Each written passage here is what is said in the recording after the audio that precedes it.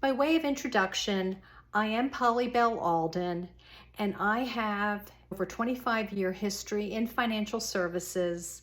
I'm a downsizing expert, and I learned from my clients, many of whom downsized, best practices that enabled them to get their dream house easily and quickly without going crazy in as less stressful a way as possible. I also, using the lessons of my clients, downsized myself in 2020. And I did it despite being in the middle of a pandemic, despite being employed full-time in a really stressful job, and also taking care of an ill relative. And I have created this 4-step course based on what I learned, what worked well for me. I amazingly was able to do it very quickly, much to my surprise. And I'm now in this wonderful new place that is low maintenance, less expensive. I can walk anywhere, the trains across the street, the supermarkets across the street, everything I need is within 2 blocks. So I'm super, super happy. Now, many people think that when you downsize, when they hear the word downsize, it means you need to address your excess stuff. The stuff in the attic, the basement, the garage, the stuff that you've inherited from family members, bad purchases that you weren't sure you were ever going to need again, all those things.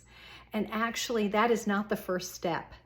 The first step, believe it or not, is to buy your next place before you sell your current house. How do you do that? That sounds really daunting.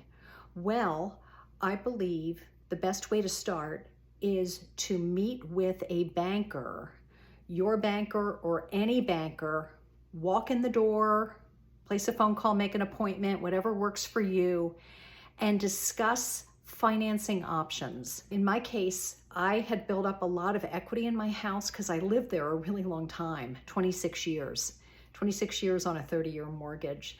So I was able to get what's called a home equity line of credit. It was attached to my old house, and I got a checkbook with it. It enabled me actually to make a cash offer on this condo, which was great because during the pandemic, there was a lot of competition for this place.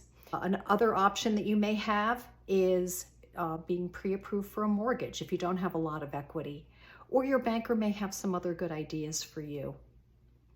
The goal of this is for you to get the financing in place and also to find out the number that you're approved for, because that's your budget for the next place.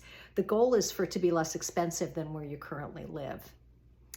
Now, I do have had some clients ask me, should I liquidate my investments to pay for the next place? Whether it's a regular account or an IRA or anything like that, borrow against my 401k. And I'll share with you that I'm not a fan of that for a number of reasons. Number one, there may be some tax considerations. You may be hit with a tax bill or maybe even some penalties next year. Also, I'm not a fan of derailing your retirement. This is not a time to be out of the market for your retirement. Very important to stay with your goal for that. And then finally, since I have been in this industry, the markets have been extremely volatile, and I don't want you to have any more drama in your life. You already have a lot of drama yourself. So once again, the first step is to meet with your banker. To prepare for that meeting, I have linked a worksheet to the bottom of the segment. That should help you get ready for the appointment. And I wish you all the best as you get on your way, as you get started with the downsizing.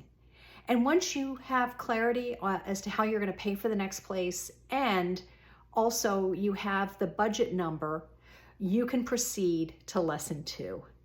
Thank you so much, and best wishes.